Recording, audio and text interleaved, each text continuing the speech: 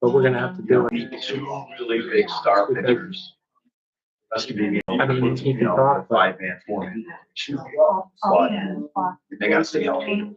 Stay healthy. whoever's calling time announces it was 5 minutes or whatever amount it is, 5 minutes. Never works out. We're gonna stick to it. Doing so well. Yes, yeah.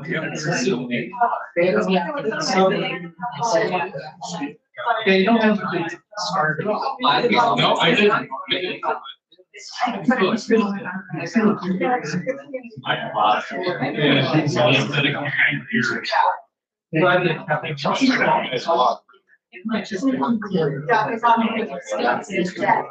Honestly, if you look at Yeah.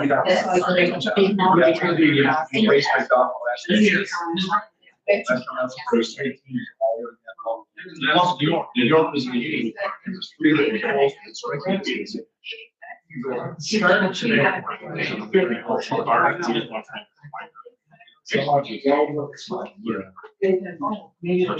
a lot of decent things. Just across the way.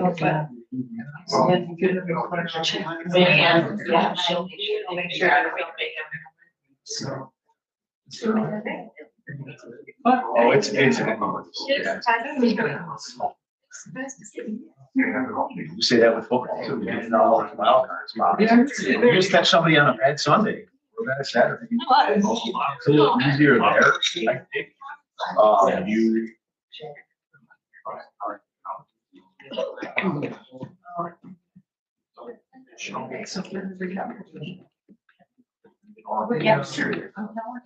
good thing is. It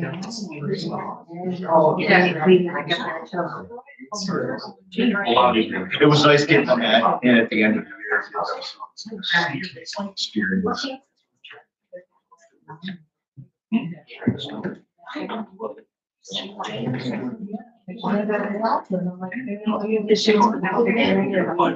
You have the sheets with something. I didn't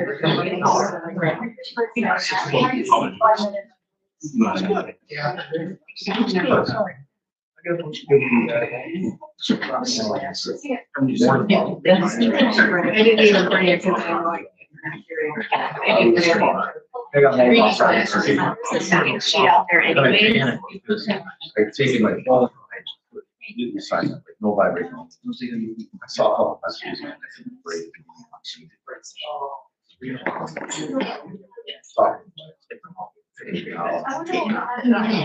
supposed to email.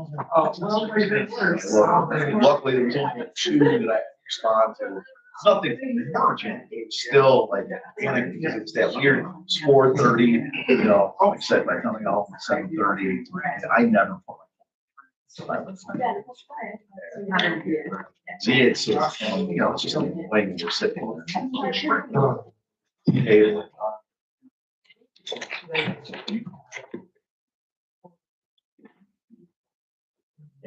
No, my mother has been. So I didn't stay. They weren't. Chicago. Oh, yeah, they do. Wow. It's that.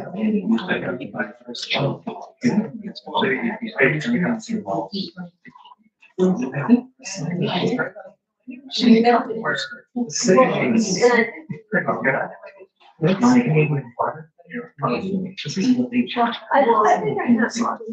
mean, we have those problems. When you move down to the, you know, the East Town Park. You walk there and take a picture of something. 4G, got 5 cars, 4 cars. Then you go to post it and once you know service, that's what it's. So I'm thinking we can hang on. Time where it's like, you know, I don't know. There's other times where I drive on the street, she's actually down there. She.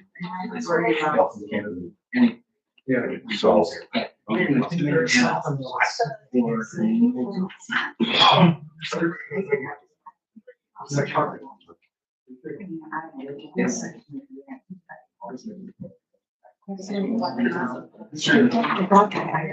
Title search with me, most of that's on there.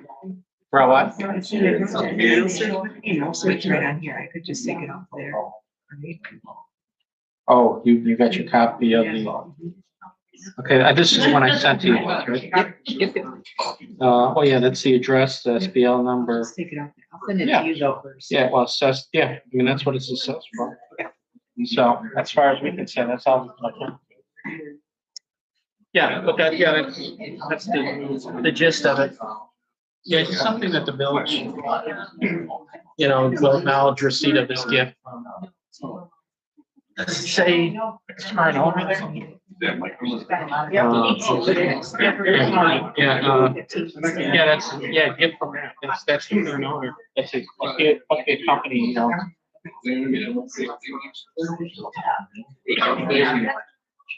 Oh, I thought they were opening. Like some of these around the right. Jada, I'm gonna be out of the office tomorrow and Wednesday for the holiday of Rosh Hashanah, so that's part, I think I told you, that's why I'm gotta leave at about 9 tonight. I'll send it to you to look later in the week and if it's. Well, if you email it to me, I'll see it where, even if I'm not, so I'll take a peek at it if you get it done. As soon as, you know, same day. Send it.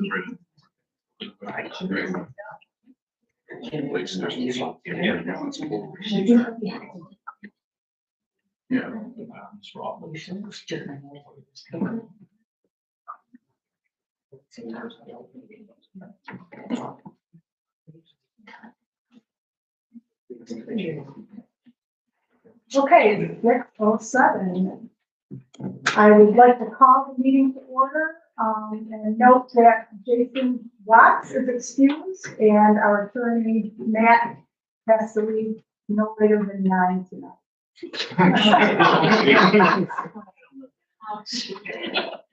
So with that being said, can we stand? Have excuse. Pledge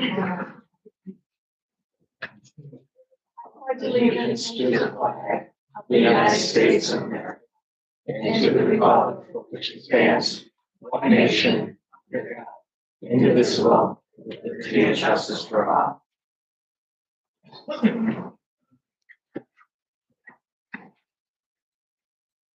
Thank you, everyone.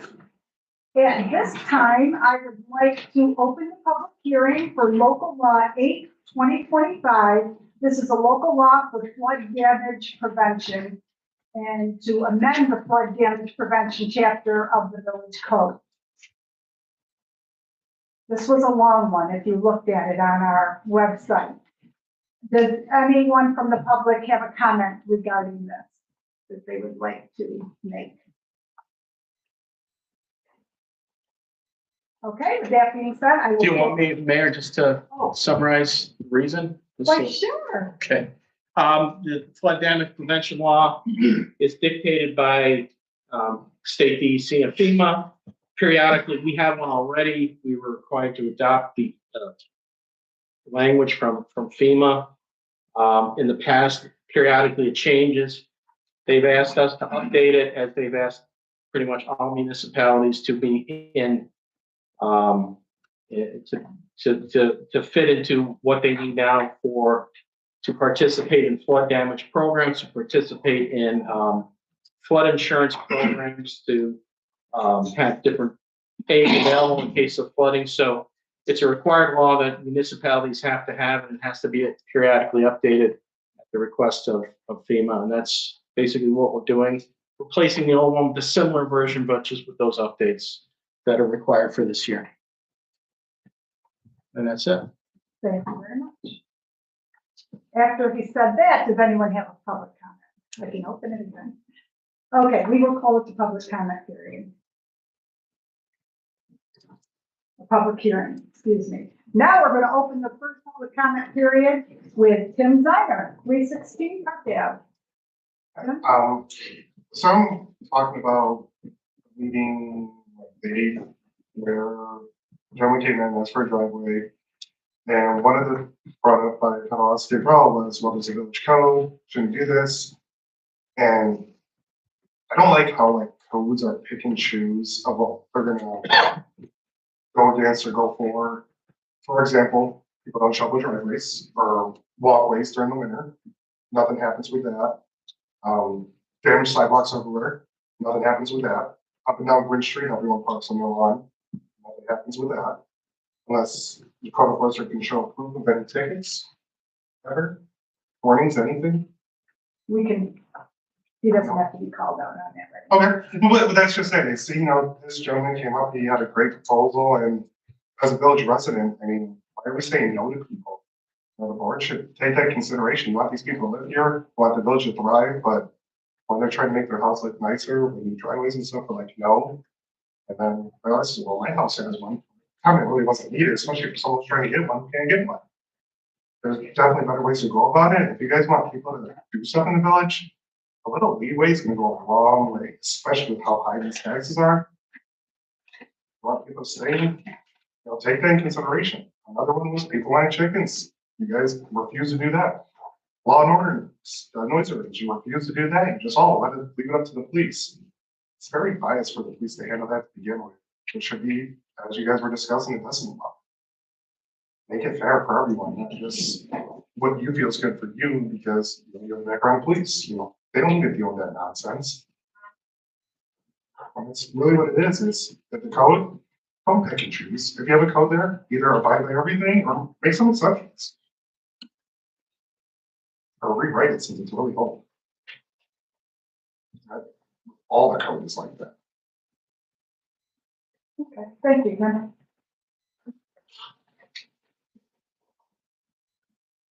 And I forgot, I was supposed to remind everyone that if there's a 5-minute limit for speaking, you weren't close, so you're good. I had a little note here to do that.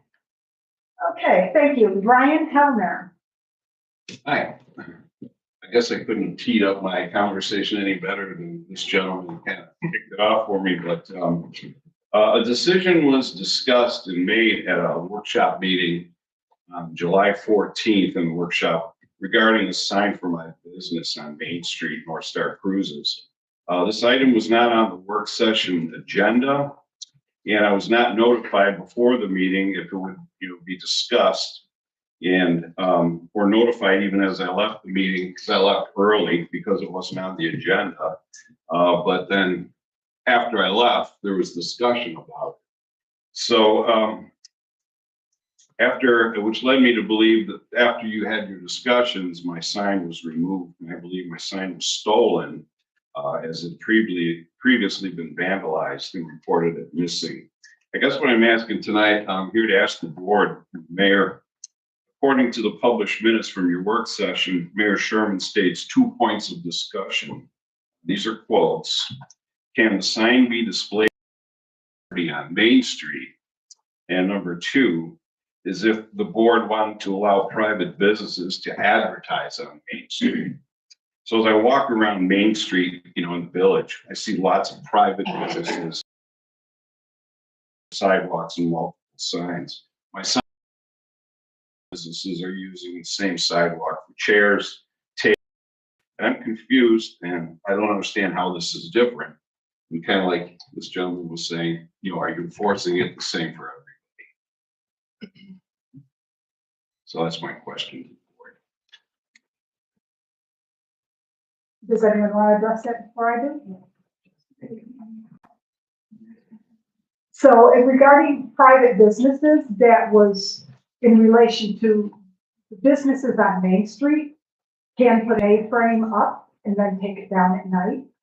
And that's their right to do that. So in relation to that discussion, it was for any private business to put a sign up on Main Street. So I guess I just, I believe that you were contacted by the code enforcement officer twice about the sign not being allowed on Main Street. And we did remove it. It was removed. Yes. And we put Was it it back after up. our meeting? Oh, I'm Yeah. sorry. When? Then we put it back up again. Okay, so you removed it once and then you put it back up again. Knowing it was Right. against the code.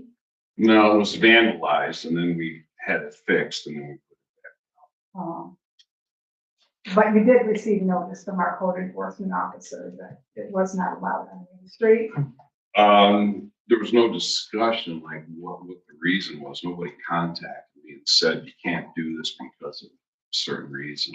So I didn't really nobody contacted me and told me what the reason The was. code enforcement officer didn't contact you? No, because we met with the planning, and the planning board approved. I've had you and talked to you on the phone twice. And I sent you letters. And the first time that I spoke to you on the phone, you told me, okay, no problem. I will remove it until the planning board. That's what we did. You didn't, but it was still up. Well, And then we discussed it at planning board. Planning board decided, the planning board decided that it was not their decision to make because of the village property. So that's why they passed it on to the village board for them to make a decision. And then before we went to the village board, I contacted you by phone again and I sent you another letter, and then the sign still wasn't taken down. And then the meeting happened, and then the village board decided that the sign was not allowed. The only thing the planning board decided is that the sign would fit our sign criteria for the historical district. That's the only thing that they decided. But they did not feel that it was their place to allow the sign because it was village property. They felt that it was the village board's decision. That's why it came here. so I guess no one followed up. We need to let me know where we can put the sign and how to do it properly. I can speak with you more about that in person, but I do know that when you got permission to put your boat in the canal basin, there was signage in your lease as to Right. where you could put that, which was right down near the business, but we can look that over again together if you want to do that, but I'm pretty positive that it was laid out there, that that's where your sign was to go. It's, like I said, we've got a unique business, we don't have any land-based, business. And the problem that we have is that 9 out of 10 people cannot find, first of all, the Erie Canal, and there's no signage. So that's one of the things that we hopefully can work with. I know you want to work with businesses, to improve the economic situation here. That would be a good thing to do, just to kind of know where the canal is and where we are. That would help us. Thank you very much. Mary Hare.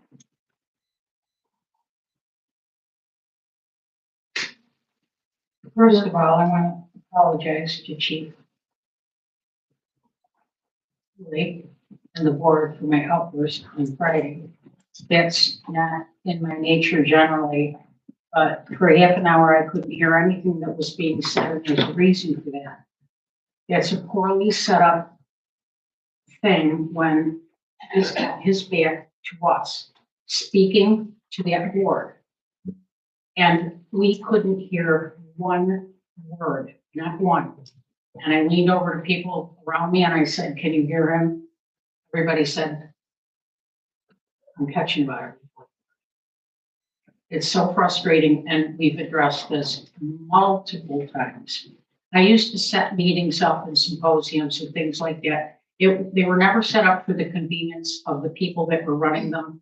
They were always pre-thought and set up for the audience. And this has happened several times, and I've mentioned it several times. So I got up and left. I was upset. I couldn't hear anything he was saying. I couldn't even hear the questions he was being asked.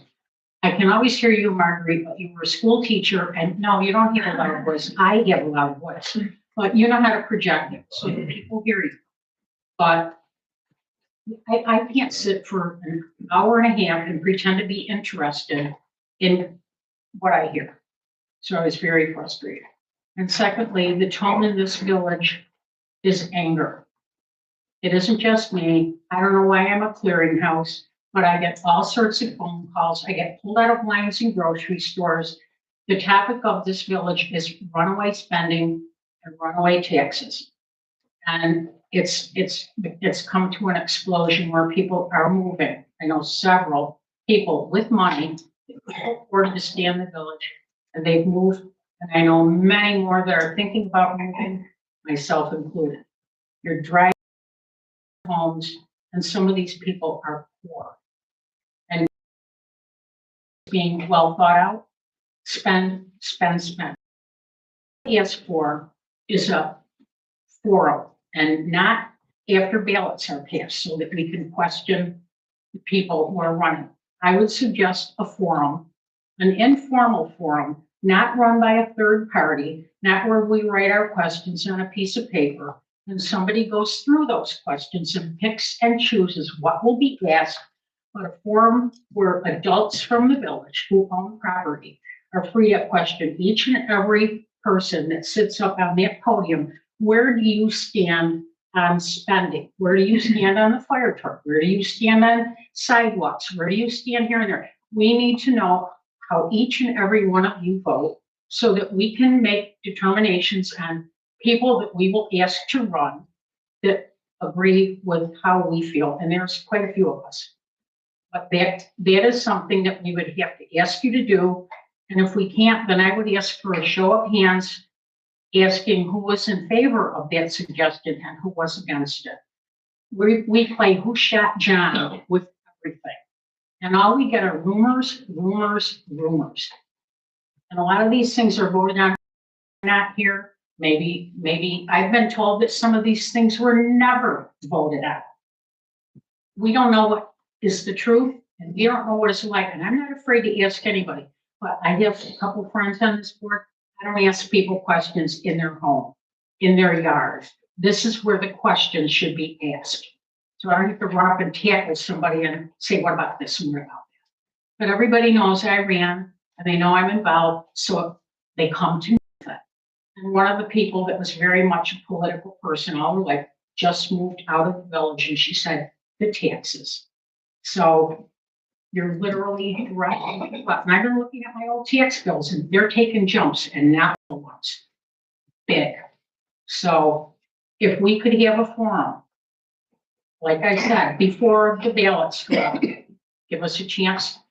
If we want to replace somebody that's running because we don't agree with what you want, give us a chance to do that. That is the democratic way. This is a republic, but I seem to feel like it's the same people over and over again. That's why we don't have our elections yet in November. It's not supposed to be a Republican Democrat thing. We always stayed away from that we were known for that. But I think we're falling into that trap. And the only way to solve this is for people to be able to ask each person up here, how do you feel about this and where do you stand? It might pinch some toes, but politics is a blood sport. And if you can't take it, you shouldn't be in here. Thank you, Mary. You're welcome. 5 minutes, 7 seconds. That's a record for me because usually it's 15 minutes. I know, and that's like, not for you, but we have to keep it to 5 minutes so we can get out by 9 o'clock. I So I do want to, She saw you coming. I do want to say that, as public officials, we have to be available to the public. It's not just during a meeting. We have emails for a reason. No, we don't want emails. We And want public discussion. meetings. To set up meetings, and we have to, I answer questions all my life, no. ask my husband, wherever we Yep, go. I know, but I that's won't do part that. of being a public official. But we want a forum. We don't want to chase people down. We want you all together so that we can ask you one by one, go right down the line. It's the only way that this can work. And if you don't want to do it, I'm going to ask for a show of hands. Who was for it? Who was against it? Then we'll know more. Thank you, Mary. You're welcome. Amy, Yes, ma'am, thank you. Hello. I am not a resident of Medina. I am a resident of either Shelby or Middleport, depending on who you ask. I'm gonna try keeping it brief, which is why I think she reminded me of 5 minutes, because 5 minutes doesn't exist in my mouth. And I'm gonna keep it very brief without getting into a lot of facts. But about 4 months ago, I had a very unfortunate incident with one of the local police officers. Needless to say, in my opinion, that police officer was way out of line and should have been suspended at that moment. I called Chief Draper, explained my concerns. He listened. He supposedly talked to the officer. The officer had a completely different version of events, which I understand. 2 people, different version of events. I asked him, please look at the body camera footage. No. Talking about no. Look at the body camera footage. This would have been over with 4 months ago. He called me back. Chief is a little, in my opinion, very unprofessional with me on the phone. Questioned my integrity, questioned whether or not I spent 25 years as a federal law enforcement officer because I didn't present credentials to him. I don't have to present credentials to anybody. Period. I'm glad you're here, Mr. Brooks. I wish you would have spoken to me 4 months ago, but you didn't. I called Miss Marciano. She was very pleasant, met with me, listened to my concerns, spoke with the chief. She told me the chief heard her. My opinion, that wasn't enough. No one looked at the body camera. I met with the mayor. Meeting was good in the beginning, towards the end.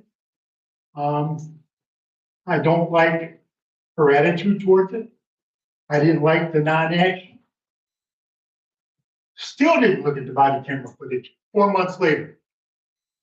I sent her an email. Can we look at it together? She said, yes. She goes, I'm very busy, but either this week or next week, tell me when you're available. I said, I'm retired. I'll make my schedule meet your schedule. Awesome, right? No. She responds with a meeting over a month later. Still hasn't looked at the body camera footage. Okay? So, 87 days has passed. Luckily for Google, I didn't know this. I had to file a notice of claim, intent to sue the village, because at 90 days, I lose the right to do that. I have 1 year from that 90 days to file a lawsuit against the village.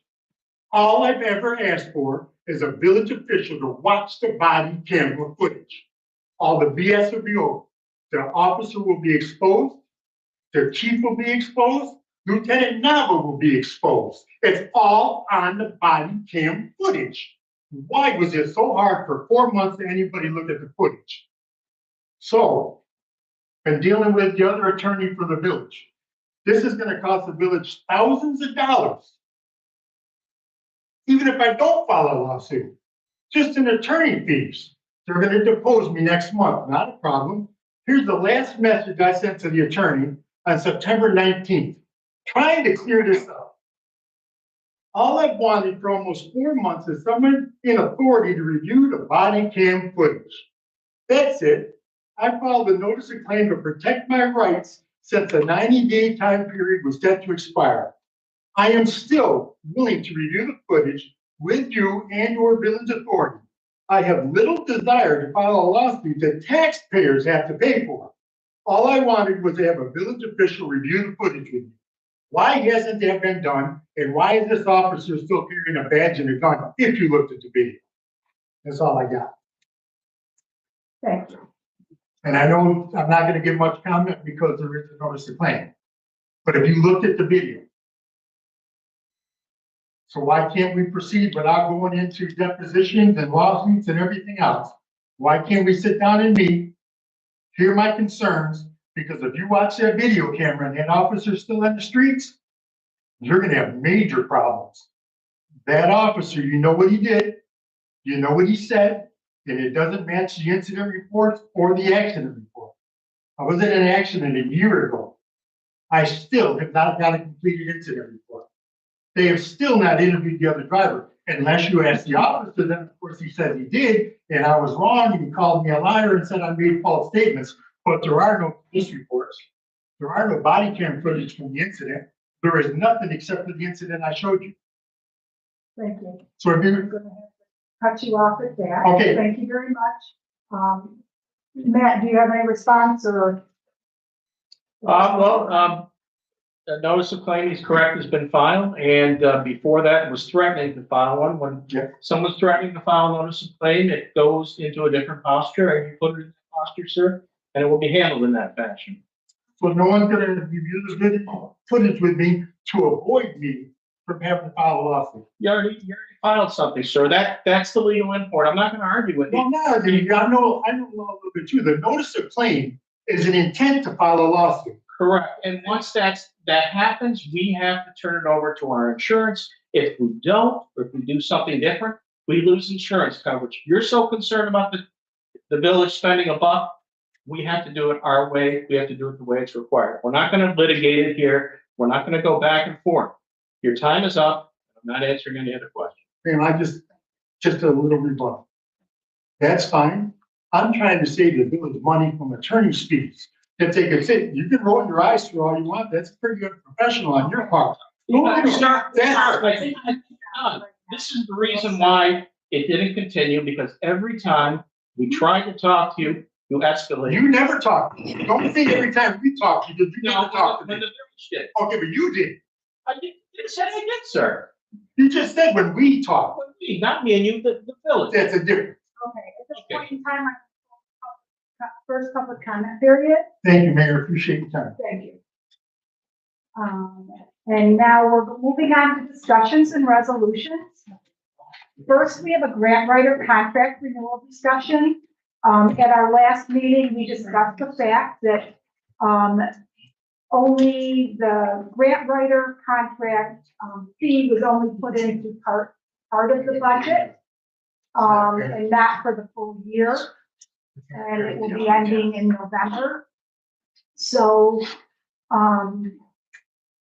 I did, reach out to G&G, and they will honor this past year's price through the end of March for us, so that we, if the board chooses to keep the grant writer, moving along, he will honor this past year's price so that it can be put in, it can be renegotiated for the following fiscal year. So with that being said, we will need to agree to $12,000 more to pay for a grant writer.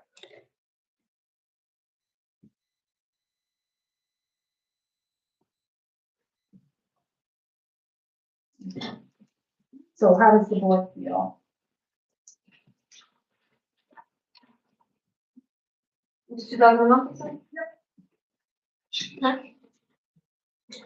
Did you say it was 12,000 more or something?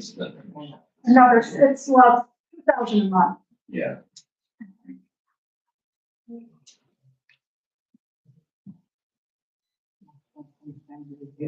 So so he's in the middle of some projects for us, and, there will be some additional projects. And I guess, it's kind of it's the way things fell when we first brought him on. And, we went into this next budget year and he honored that. And I guess it's my personal feeling that we need to keep him on because he's doing some work for us. I'll make the motion that we, keep them on in May. Okay, we have a motion with, from trustee Padelewski. Is there a second? Not something. Second by Belisky. Is there any more discussion? All in favor? Aye. Opposed? Carried. Thank you. Appreciate that. Oh, Margarita. You need to know when that's coming out. Is that coming out of the contingency? Oh, yeah, coming out of the, okay. Okay, did everyone understand that? Come out of the contingency? You remember that? Okay, thank you. Our computers are a little bit, out of date, several of them. Jada sent an email, and, Jada, do you want to address the board about this? And I did forward, to Jess, just so she could kind of look it over too, about the listing of our computers. Our oldest computer right now is from 2012. That is in our office. From what I could decipher, it looks like there's 27 computers total. The recommendation, and hopefully, Jess, you can let me know what you think. It looked like there was 4 in the clerks and 5 in the fire that they're recommending be replaced. I think there's actually 11, but 2 of them are standalone at the counters, and I'm not necessarily sure if those would need to be placed. Said it's less about age, it's more about the resources. And also, if I'm understanding correctly, the security updates.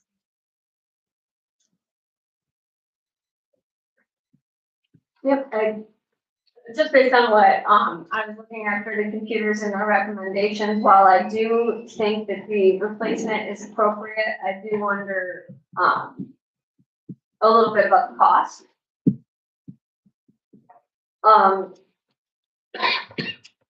But yeah, I think we can't run a risk of having not secure computers, and I think that security with some of that older software is a concern.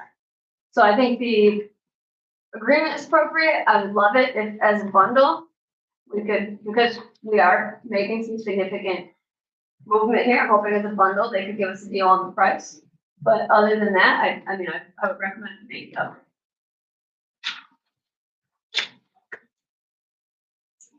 I mean, I do think during budget time, it's something we should probably look to do, start like a rotation. I mean, right now, as I mentioned, the oldest one right now is a 2012 and it was a 2019, so they are getting a little bit. There's a couple of them that are 2019.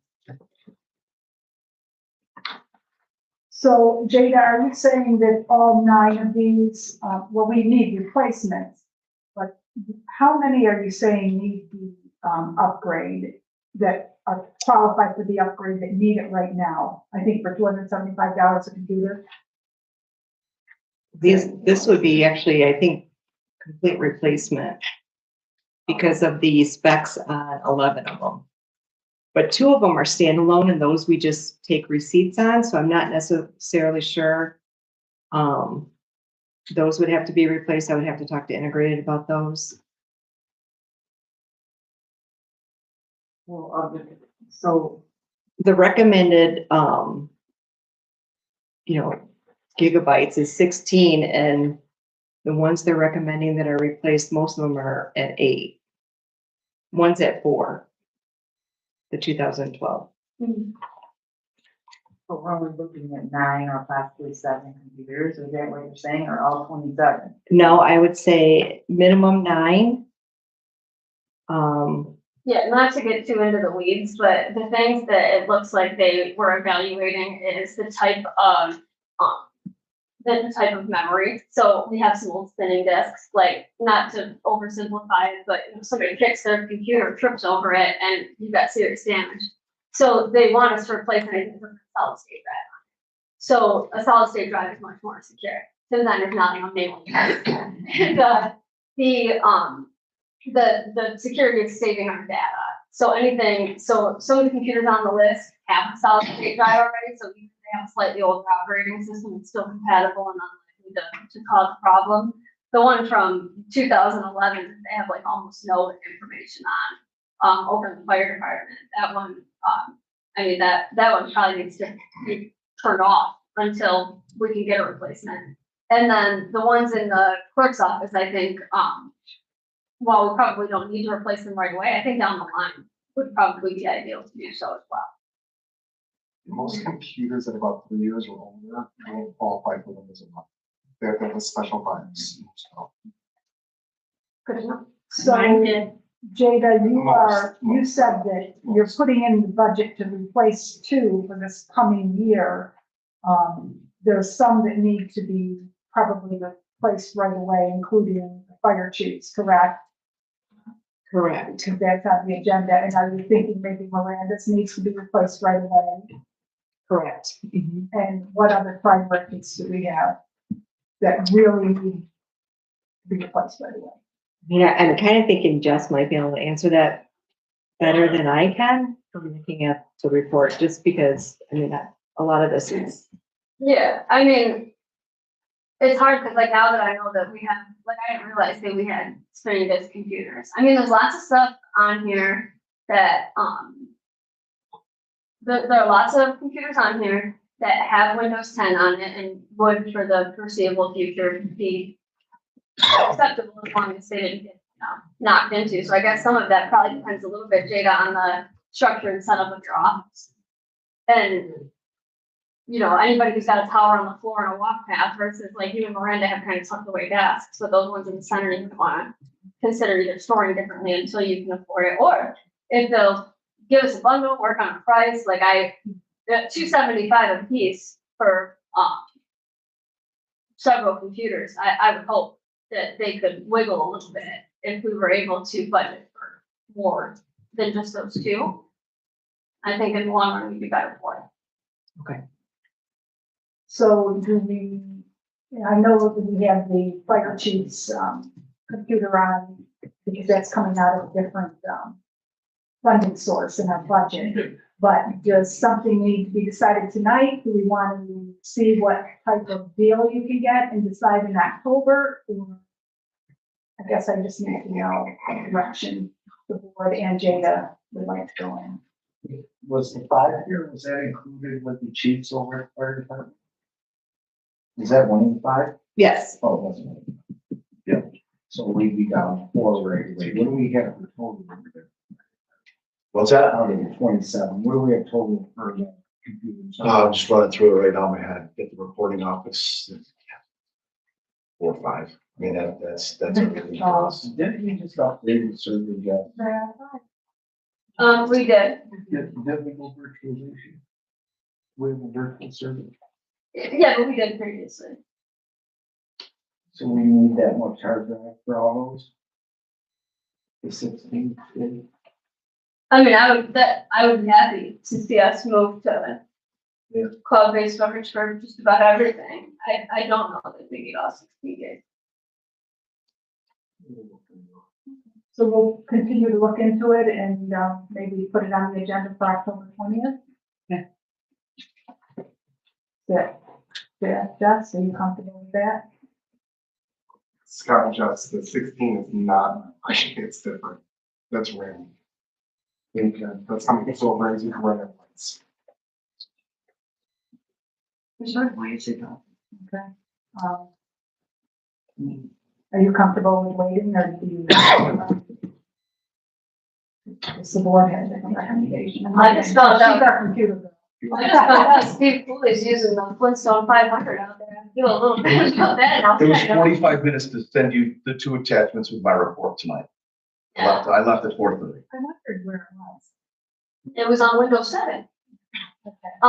Yeah, I think I would, if we could replace Steve's now, I think that would be appropriate. Everything else here is at least not respectable. Well, I'm concerned about Miranda's. Yeah. She. I mean, I can come up with a plan for the other ones and doing that in increments that we leave me with 4 and, I'll work with the clerk treasurer and we'll get it figured out.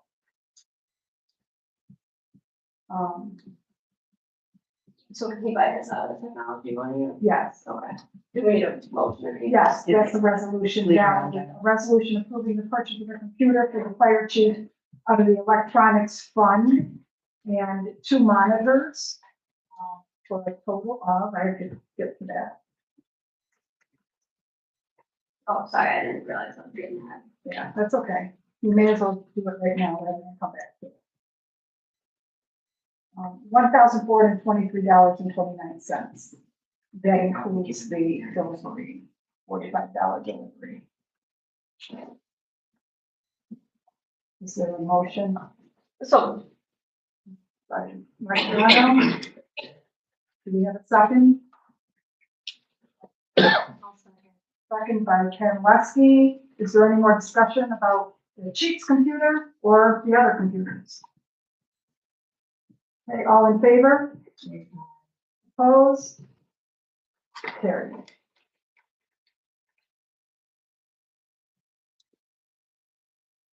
Jada, will you just put that on for the October 20th meeting? Sure. And we'll do a little bit more digging and have some recommendations by then. Okay. Brakes truck discussion. We had a brakes truck that was donated to the village and we took the donation. We have no use for it and we have wanted to surplus it. We can't sell it, but we can give it to another law enforcement agency or we can scrap it. But we can't surplus it to sell it. So I want to know how the board wants to proceed with the brakes truck.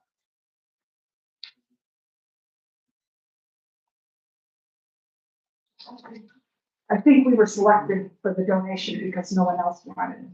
And it was a really nice project. The folks the school got to come, or the job board, or both, and both seats did some outfitting. Everybody got good practice on it. Our leadership in the police department recommended it for surplus, so this isn't the board trying to take anything away from anybody. And, I would like every dime of scrap they want to be used for it. So that's my opinion. So I hear a motion to scrap the Brinks truck. Is there a second? I would like to see if somebody, has anybody reached out and see if anybody wanted that? I know you said nobody wanted, you got it, because nobody wanted it, anybody else? Want that? I don't know. I don't know how we can scrap it, make money, it's in its own.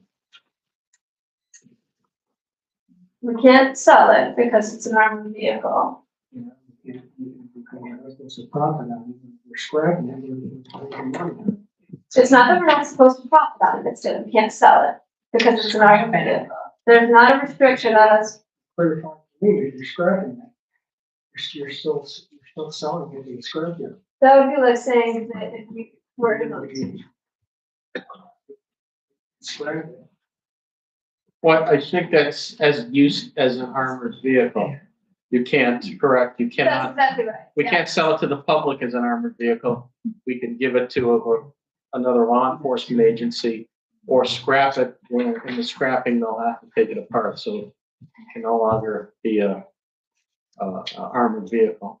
Matt, there have to be some sort of agreement to the scrapyard that they're going to Well, I mean, pick it apart and switch it?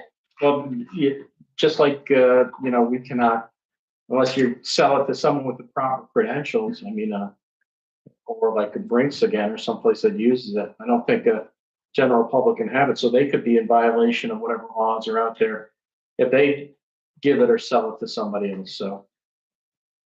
It's kind of we would notify them that this, it can't go out to the general public. There are rules against it. I'm not sure what they are, but I believe you've looked into it at the police department. We can't, it's like you can't give to the public bulletproof vests or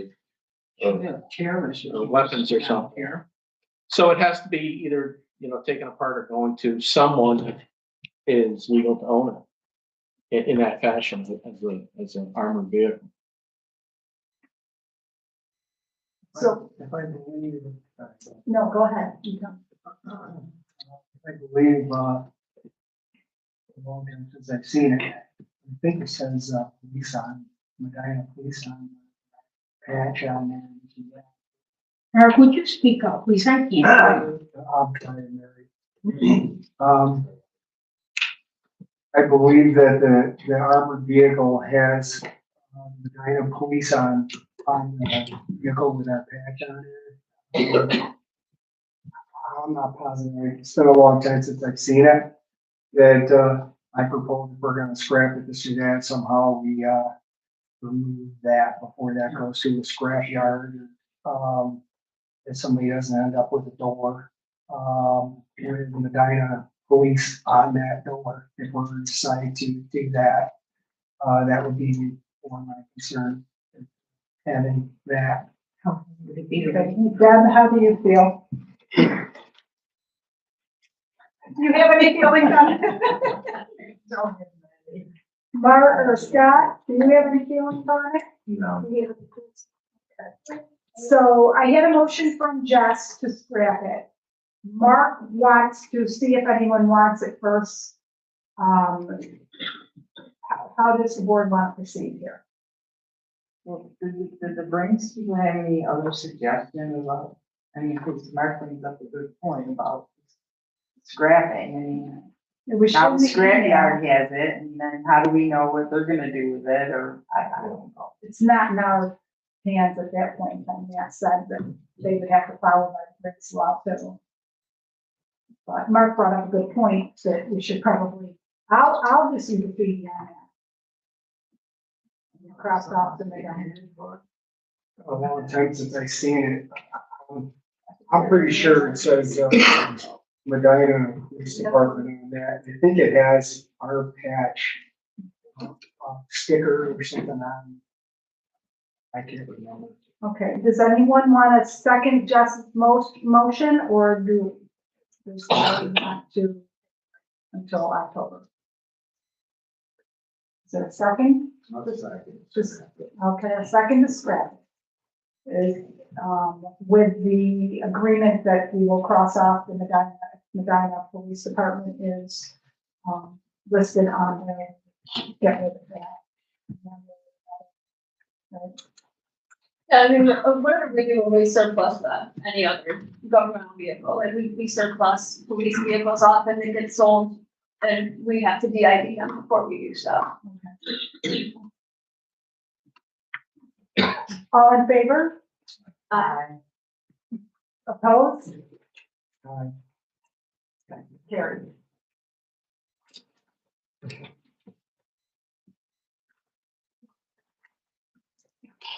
Okay, Brandy Zavitz has, she completed the mural in the dog park, and if you haven't been over there to see it, you should stop over, because it is quite impressive.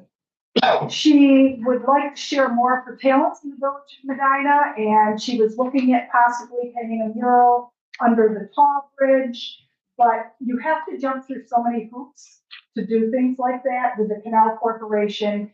She's looking to get another grant to do this, and she decided to change her plans, and she would like to put a second mural at the dog park. And there is room for another mural there if you've been over there. And she needs to apply for this grant. She'll need a letter from the village, adding on to the existing one, and she has to apply by the end of October. So is the board willing to support Randy in continuing on with another mural at the dog park? Who's the grant from? I think it's Go Art. Okay, so if it's Go Art, there's not gonna be anything competitive, like we're not gonna shoot ourselves in the foot by applying for this and then not being able to apply for something else. Correct. That's correct.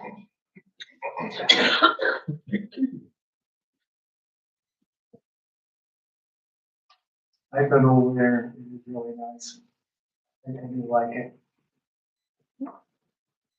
So is that a motion? That's a motion. Okay, a motion from Carl to allow Brandy Zavitz to continue on and apply for a grant, through Go Art for in addition to the dog park mural. Do I have a second?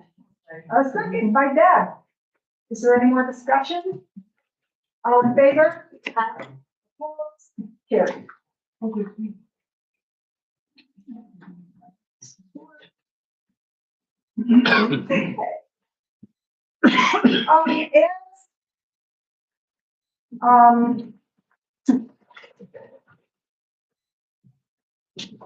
When I took over as mayor and we've gotten this new board, we have realized that there were ad valorem charges that we should have been charging to the towns of Shelby and towns of Ridgeway according to a contract. And they haven't been, bills had never been sent, so we started sending bills. We sent them for last year, and they were not paid by the town of Shelby or the town of Ridgeway. And now it's time for the following year's bill to be paid. And Jade had asked me what, I wanted to do with it, and I had suggested that maybe, with other people who do not pay the bills, we have an interest charge added to the unpaid portion. So I need some direction from the board. Jada needs some direction as she's getting ready to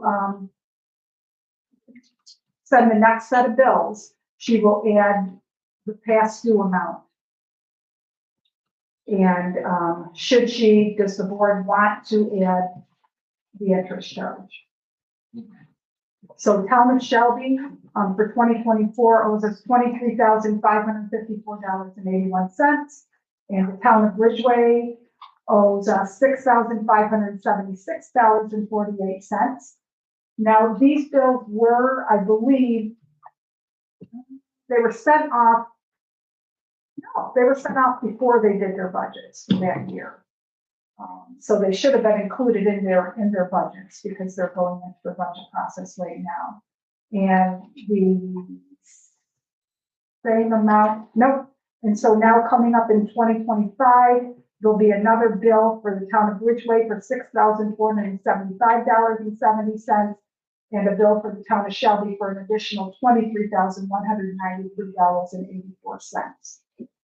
So we will continue to send the bills. I need direction from the board as to whether or not the board wants to add an interest charge, or if you, to the initial bills. So how about we, send a copy of the late bill with a copy of the section of the contract that says they owe it with another, I don't know, 10, 20 days to pay, and if not received, then 1%. Okay, for this past year. Yeah, and I would like that. Weigh in before an official motion.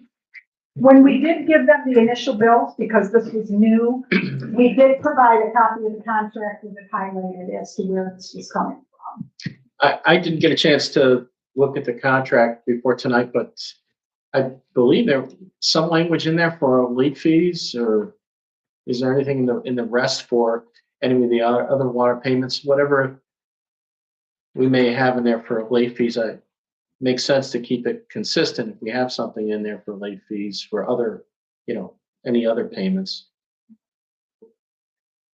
Jada, I don't have it in front of me, but I don't believe that in that contract we have anything listed for late fees, but I can't remember for sure. I can't either. Okay, Do we know the original contract date? not offhand. Which one?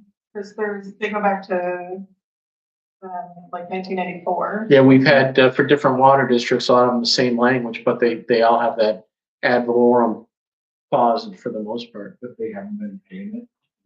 Last year was the first year that we built them. And so they didn't pay, we're a year behind. Because, yes, but they wouldn't know there was a bill without us billing them in the past. Well, we can. Well, we wouldn't have had a bill to pay, they Right. could certainly know Yeah. their obligation. Exactly. Right. But they know now, and they haven't paid. Correct. There's already dialogue, which is Well, even more concerned. so we put all the interest we want on them, they have no intention of paying. It's just, send them to shut off, just like the rest of us did. And so this is just this is a bill, this is for them to receive water through the village, yes. And it was a recommendation through a study, a water study that was done, correct? But they signed the contract saying that they. 2013. So we have a signed contract. Saying that they agreed to our terms. Diana, is there a signed contract on that? Yeah, there's signed contracts for all. Oh, for each water. Each water district. Correct. So is the board comfortable if we just reach out to them one more time, and then we will discuss it at the October 20th meeting if we don't do that? When we say reach out to them, what does that mean? Well, it means either send them a notice or give them a call and say, I prefer to sit down and discuss it with them. And I did in my last discussion with Supervisor Napoli, I told him that I would expect him to be putting this in his budget as he's preparing his budget. So I can. So, yeah, what I'm- confirmed that he's going to put it in his budget, and the same with Shelby also. Yeah, I mean, that's for sure. I think that ideally, what that could look like is like the mayor and supervisors, and then anybody, like obviously I'm pretty intimately involved in previous discussions with the water.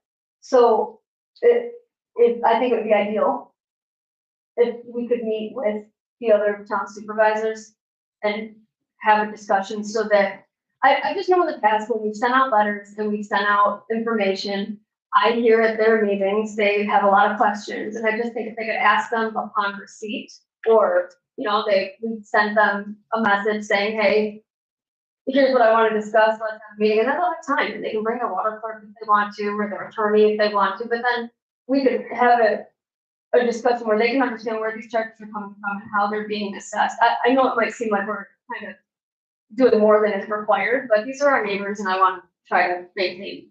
I agree. So let's set up a meeting, or did you just volunteer to sit in a meeting with me, the supervisors? I shipped a lot at that whole fire thing, so I'm I back. know, you were very quiet during the fire. Okay, so I'll set the meeting with the Town of Shelby and Ridgeway supervisors for. Some meetings with Shelby. Yes. They just didn't go well. Most of them are not. Yeah, but when they signed the contract, they knew what they were signing. They knew that it was in there. They got away with it. Not paying Well- for years. Well, I mean, Well, if we're contractually obligated to pay a bill, we pay it. Like, I don't, like our discussion, just, I want to be friendly with our neighbors too, but I'm taking advantage of it. And Oh, I'm not suggesting we negotiate. I just think that it's appropriate for us to be able to have a dialogue on it. The bill is a bill. And I would just add it, and Scott, it was in those agreements and it was repeated in every water district, that language that it says there's an ad valorem component to the bill, not just the water usage. And there are some other components like in some of the water districts, electrical usage and things of that nature. But it was in there, but your question was, did they understand it? Sort of the ad valorem concept is kind of complicated. Yeah. So did they understand it? Maybe not, but it was there in black and white, and they signed it. So to your point is, yes, they're responsible for it. They signed it. If they didn't understand it, well, they should have, asked their attorney or should have had more dialogue. But it is there. It's black and white, so they should owe it. And actually, and a lot of our water comes from Niagara County Water District, and I've seen it in many municipalities. It's not just unique here where the village is saying gotcha to the towns, because water is coming from another municipality and county, and the water district in places do this everywhere. Because being not residents of Niagara County, we're Niagara County residents and part of their county and taxes, they pay into that system. Not just their water usage, but they pay into the system and pay taxes to maintain it, whereas not in Niagara County, they don't. So that's why they charge that fee, and it gets charged to the village, and we just should recoup it. I mean, it's part of what we pay, so we pass it on. So, and I think because for various reasons, previous boards didn't realize they weren't billing it, and on reflection, especially with everything that went on, and that it was a glaring omission that it was never charged before. And among other things like electrical usage for certain pumps and stuff, pumps that completely send our water to other municipalities. So by rights, they should pay it. Okay. A resolution to approve local law 7/2025, which is rezoning 517 and 521 Eagle Street. We had a public hearing on this at our last meeting, and the board prepared to make a motion to rezone the two parcels located at 517 Eagle Street, parcel 79-168 and 521 Eagle Street, parcel 79-8-1-69 in Medina, New York, to add a medical overlay. And there, let me just add, and I wrote that the law to that effect, but it's really an amendment to the zoning. It's not rezone. It still stands, I think, residential. It is just amending the zoning map to increase the medical overlay to those properties. And I will make that motion. I'll say, Is there any more discussion? All in favor? Aye. Opposed? Carried. Next up is local law 8/2025, the local law regarding flood damage prevention. Matt, do you want to say anything about that one?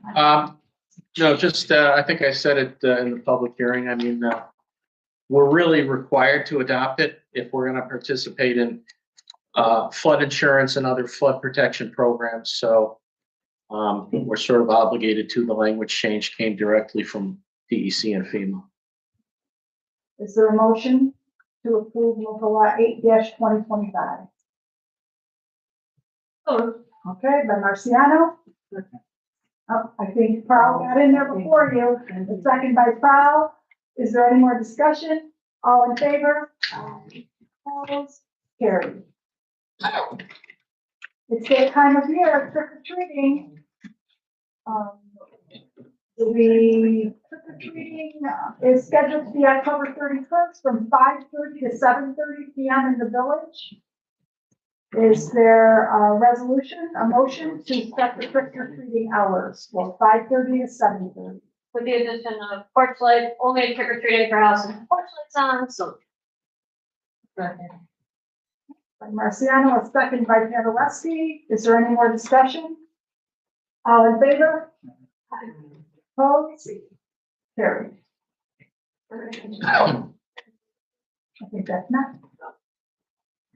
You can talk about that tonight. Go ahead, you bring that up. Oh, no, but, okay, I have an old agenda, sorry. Okay. So Beggars Night, is going to be the Friday before Halloween, which is the 24th.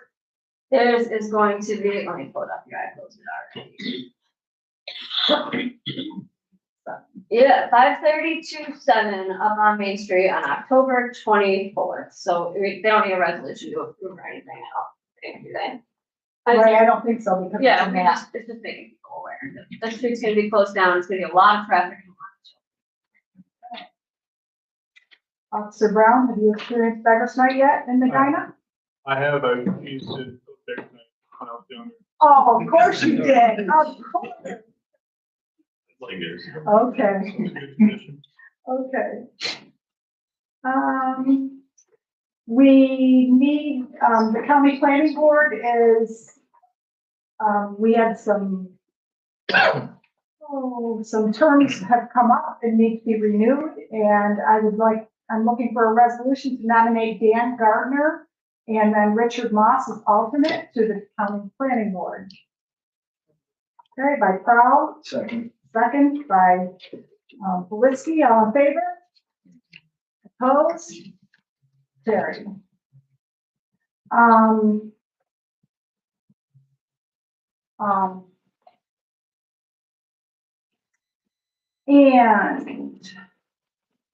we have a letter of resignation from Tanner Ferris, that he will be resigning from the Medina Police Department effective 9/25/25.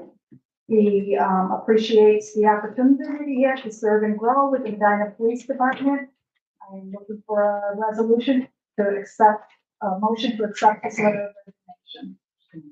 Made by Crowell. Okay, so second. With Marciano. With regret, I would say, all in favor? Opposed? Carried.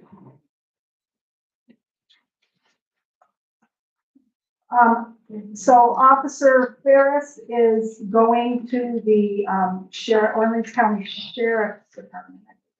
Yeah.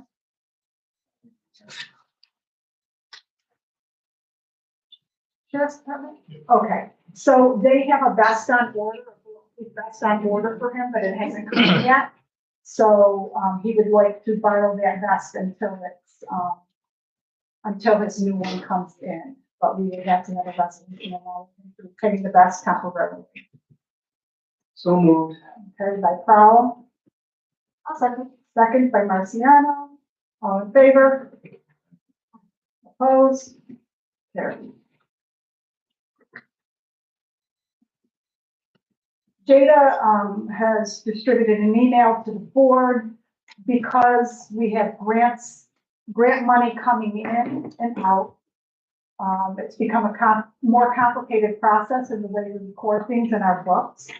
So Jada has requested some budget modification so that we can keep good track of our money, which, revenues coming in certain areas and then where we're writing our checks out. Does that say it good enough for you, Jada? Yes, Okay, so, I'm looking for a resolution for, in 24-25 increasing, the G 110.4 budget for the INI study and the G 3902 budget.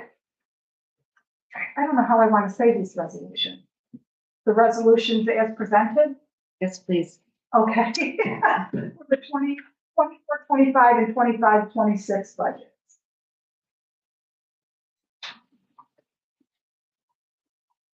Yeah, I'm sure it's fine, 'cause I don't understand how we modify a previous budget. It's because the money was paid and we're just modifying what account it got paid out of.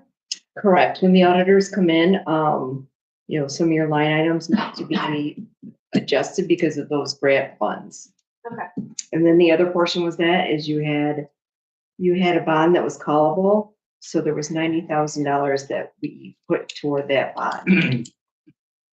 So that was the other one that needed to be amended in 24-25. And so she had to set up a separate revenue code, to put some grant money in, and then she takes it out of, we had to increase where that money's coming out of.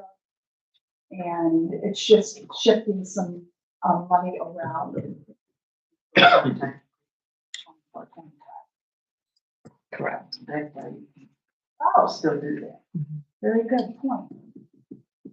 Your Right, thank internal you. hours is starting in a couple weeks. Thank you. All right, so Okay, that's a motion by Marciano. Second by Pavelski. Is there any more discussion? All in favor? Opposed? Carried. Did you need separate resolutions for those? No, Okay. Our fire chief, would like to renew a VPN connection, that he's had on his computer from the previous fire chief. And we would need a resolution allowing the fire chief a VPN connection.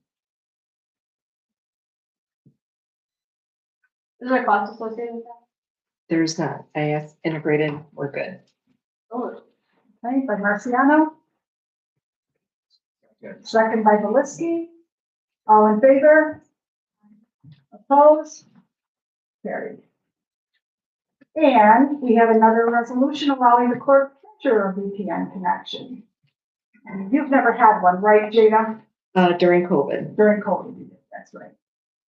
So is there a resolution? no cost, there's still no cost. It's all under one. so Okay, by Marciano. Second by Frau. All in favor? Opposed? Carried. Well, I wanna make just one notation about the VPN connection. So if you're using a VPN connection, that's assuming that you're working from home in certain instances. So I think that there's, rules about taking documents home in order to do the work from home. So I would just want to add the notation that whatever those rules are, that you find out what they are and make sure that you adhere to them. So there should be a village policy on there, I would assume, and if not, we probably need to write one. I'll have to dig into it. There was during COVID, and that was the reason for giving VPN connections in the first place. Okay, So I have no objection to department heads necessarily having that, but like I said, I think they're, if you're gonna be taking work home in your car, or whatever you're doing, there's that, the custody of village documents. And the security thereof, I assume. Yeah, that's. So my understanding is, because I work at it differently on the county level, the different connection that I have when I'm doing my fire investigation job. So it's a little different, but it's always been a connection through a VPN. And doing, fire investigation reports online and whatnot. This would be just a connection to my computer as far as I know. So it's my computer in my office and then like to complete payroll or, because I know I'm going to a conference in November. So it's only for in your office, it's not for at your house. It's not what? Or at your home or anywhere else, it's not to use. No, the connection would be, so like I can sit here right now and connect to the laptop and connect to just my desktop. I'm not connecting to any other server in the village, or I wouldn't be able to get anywhere else, That's just, not mine. just to my desktop. That's my understanding of it. And when I think tested the you can- connection in my office, that was it. It went from there to there, but my computer isn't on the network from what I see. I think our VPN would connect to the integrator servers, It or does. integrated servers. So I believe you would have access to whatever you have access to at work, even beyond. Right, whatever security level, but like, it was, like what I was looking at, and I could probably print to Jada's printer in the office or the business office there, that printer.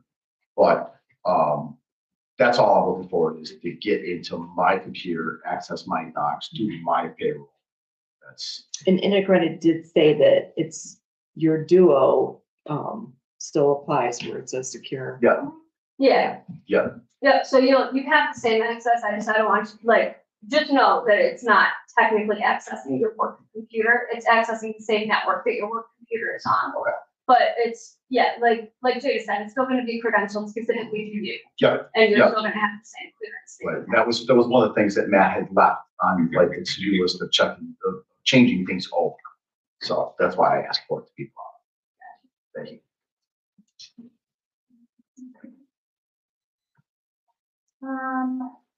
So we have, some members of our, some of our personnel who do not have village email that, it would be more beneficial if they had village email.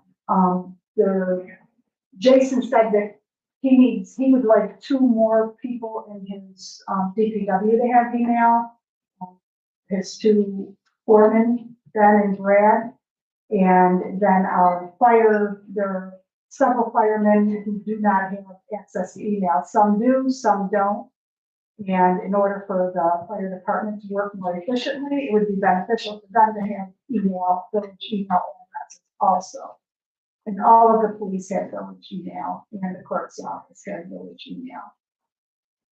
So we would need a resolution allowing, them to have village email. So what's the cost to add them? Jada, do you know? I sent it, I thought it was about $50 a year, maybe. Per employee or alternate? No, per employee, I think. I sent an email, the You did? cost per, Yes. per user. It came from CNH. And so then, my question is, when someone leaves, we would take them off that cost and we would assign it to someone else, correct? Right, but right now, if you have someone leave the police department, these are gonna be additional users because we're using every single one of our email. There isn't one open right now. Because if someone leaves the police, that it's been replaced with another employee. Right. So like, These are all new yes, additions. correct. The firemen who do not have it will be new additions. But the firemen who left, they were taken off. So we're not paying, like the 7 people who left, we're not paying $50 a year anymore for them, correct? I don't think most of them had email. Oh, they didn't have emails. Okay, so the police who are leaving don't have it. Hello. Yes. Well, we did have a captain and a chief lead, Right, so so. Who won't have There might be emails, so there 2, should have been 2 open spots in the fire. Jay, when did you send that?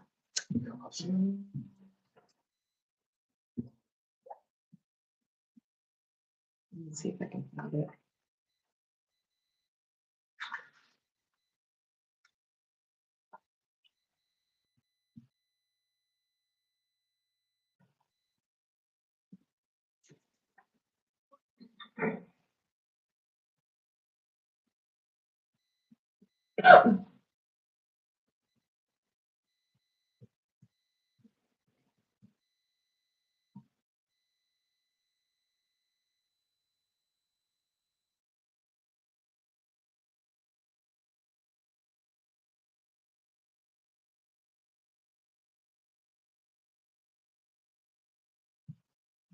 I'll try to find it.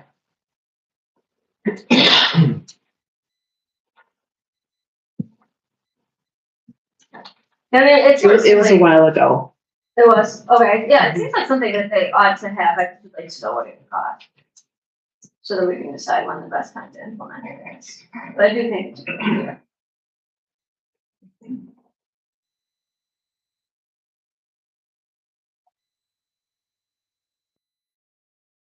Do we need a decision on this tonight?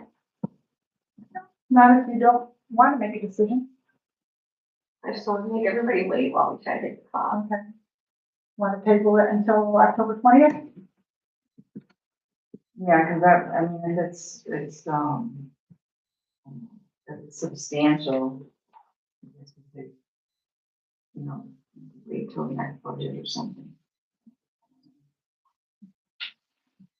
So we can get a total number and a total cost, and we just, What's the occasion that the firefighters will be using email other than say captain or lieutenant, or?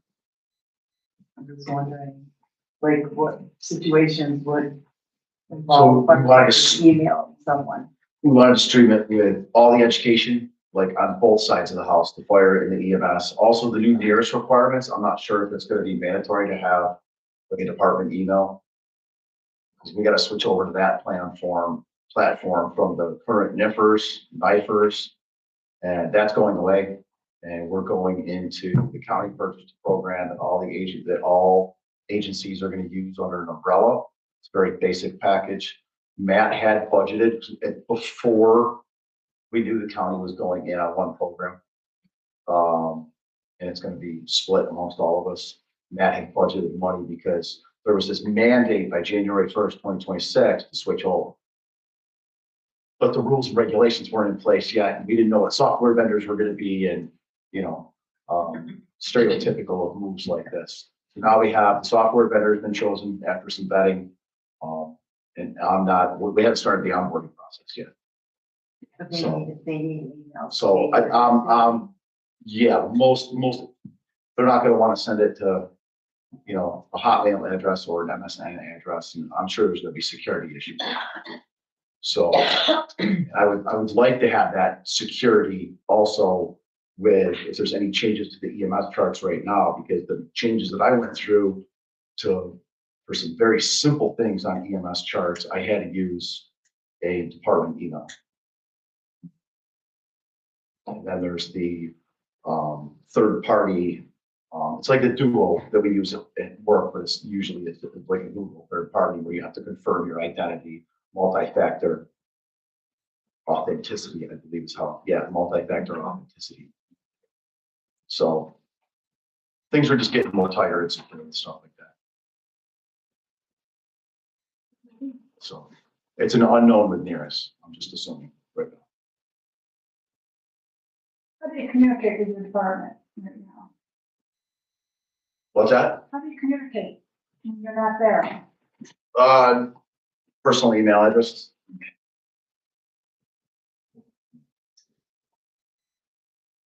Okay, so we will talk about that again on October 20th. We've already approved the purchase of the computer.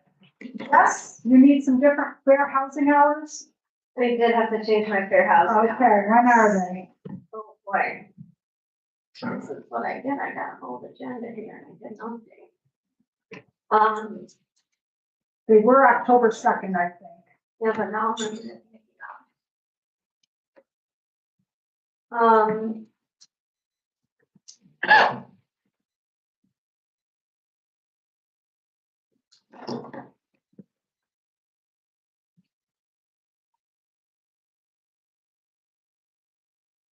Go ahead and find it, yeah.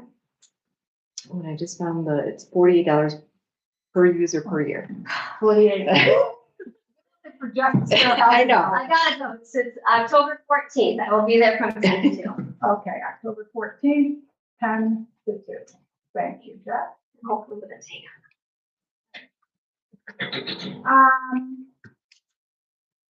And the bills have been distributed. I've seen everybody in the office looking at them. Is there a motion to pay the bills? I think I'm sure. As Jason was on vacation, so I'm not quite sure how to do it. Okay. I don't want to necessarily pull it out, I just shit it out. This is the bill for the 4-inch meter, you know, do you have to know that we about 4-inch meter of the hospital?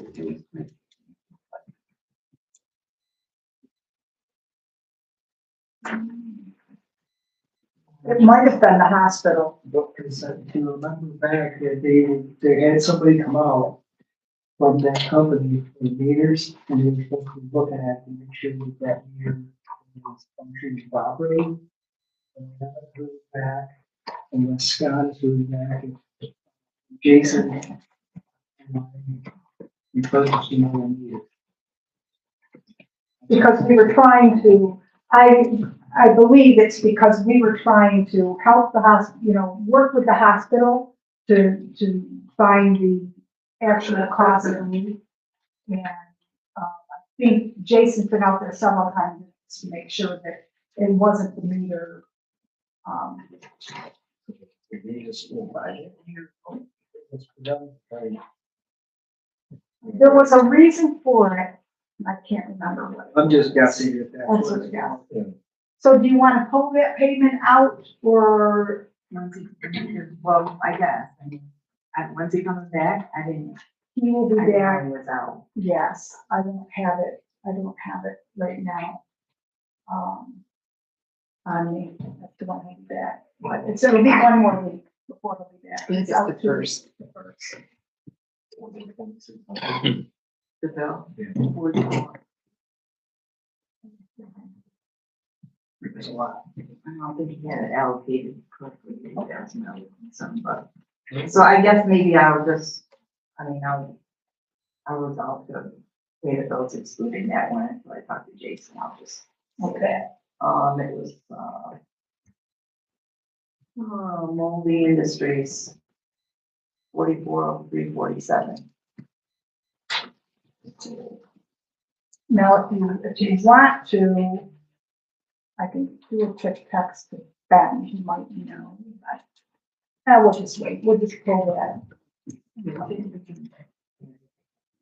Okay, so, a motion, there's a motion on the floor from Deb to pay the bill for the inspection of the Moldy Yeah, Moldy Industries. industry bill, that's being pulled for further questioning. Is there a second? Okay. Okay, by Prowl, all in favor? Opposed? I need to abstain, I haven't, I'll review them before I go home tonight, I haven't finished reviewing. Okay. It's carried. The minutes for August 25th, September 8th, and September 19th have been distributed to the board. A motion to accept the minutes as presented. Okay, by Marciano. Second by Paderewski, all in favor? Opposed? Carried. Department head reports. So we will start with. Who wants to go first? I just, Okay, Jada. You're interested in your general fund, you're up to $25,898.13. We do have CDs renewing at the end of this month in the general water, sewer, your water savings, and the Boxwood property maintenance.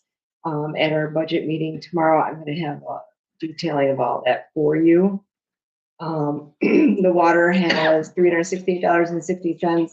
Keep in mind, you have a CD that is earning interest, and the sewer, $115.29. Thank you. Thank you. Dan? So let's see, at the zoning board, we had 2 area variances that were approved for sheds. For the planning board, we finished up the site plan reviews for the farmers market and the Hart House.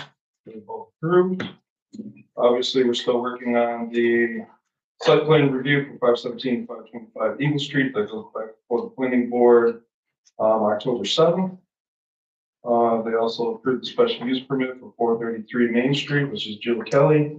And her project, she wants to do commercial on the first floor, residential on the second and third. Attended Ridgeway Court September 8th. Really no new progress or new updates on that. Fuller Building. I issued 11 building permits, 1 building permit renewal, demolition permit, 1 right-of-way permit, 3 certificate of occupancies, 3 certificates of compliance, did 7 fire safety inspections, wrote 10 violations. About it. Do anyone have any questions for Dan? Thank you, Dan. Chief Cooley? Thank you. Response report for August, 266 total responses, fire 29, EMS 237, village EMS calls 187, outside the village EMS calls 50. Year-to-date total responses for fire 184, EMS 1623, plus minus on 2024 year-to-date totals were plus 215. Monthly biweekly medics deposits, there was 2 with a total of $92,189.13. Engine 11 and ambulance 61 were out of service for some time in August. Ambulance 61 required some factory work for HVAC issues at Fort. Engine 11 had a broken spring that was repaired in Rochester. During the 5 days it was out of service, we were able to use Murray 11, thanks to the commissioners at the Murray Fire District and their fire chief, Rick Carey. Murray 11 was returned on 8/26. It did not respond to any calls when it was in service here. We put it into a backup role. Medina 10 was primary at that point. I'd like to thank Lieutenant Crooks, Mayor Sherman, Clerk Treasurer Burgess, the DPW staff that was involved with it and getting it there and getting it done, getting all that taken care of while I was away on vacation. Crew's been very busy with call response classes, normal training, as well as new hire training. And you can see the attached report from MTO Fisher. Tim Miller, we had 18 individuals trained or recertified CPR for the month. 7 were internal recertifications with MFD employees. 11 were non-employees or from the outside. Respectfully submitted. Thank you. Any questions for the chief?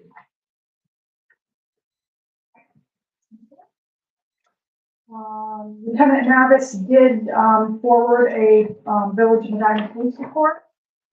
And does the board have any questions about his report or comments?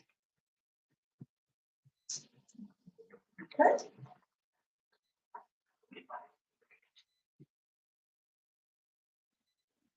Hang on a second.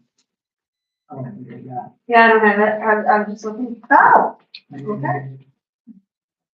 Oh, okay. I'm sorry. Maybe we didn't know he's supposed to send the whole board. Vehicle miles patrolled this month of August were 5,424. Calls for service August 1st through August 31st were 541. Motor vehicle accidents 10, foot patrols 57, traffic stops 109, and 23 arrests in the village. He was asked to track calls that Medina Police Department responded to outside the village of Medina. He's asked our secretary to report this number to him monthly. We are not able to search our system for these statistics or track them in a formal report. They must be searched individually. So for the month of August, to the best of our knowledge, MPD assisted other agencies outside the village of Medina on 3 occasions, 2 requests in Middleport area, as the New York State Police were coming from Rockport, and then another Orleans County Sheriff on Slade Road for another disturbance. New hire, Alex Viejas, is currently on the road doing his supervised field training. He will be completing his training at the end of this month and will be added to the rotation starting in October. Officer Brown was sent to and completed DCJS training, recognizing the cannabis impaired motorist training.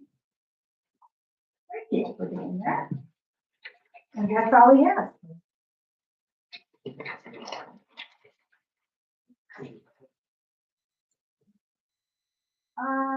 Matt, I think, other than the local laws we passed tonight, which I, gave the filing forms to Jada, and, what I haven't updated, we talked about the, gift of the property for that potential parking lot. I've been in touch with, I believe it's Dr. Shaw's attorney in Rochester.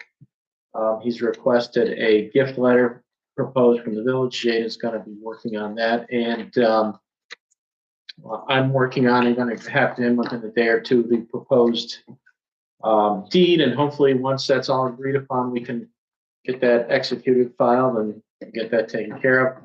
I think the rest, everything else going on falls under attorney-client privilege, and I've advised the board or the affected members of the board of different departments individually. So other than that, unless there are any questions?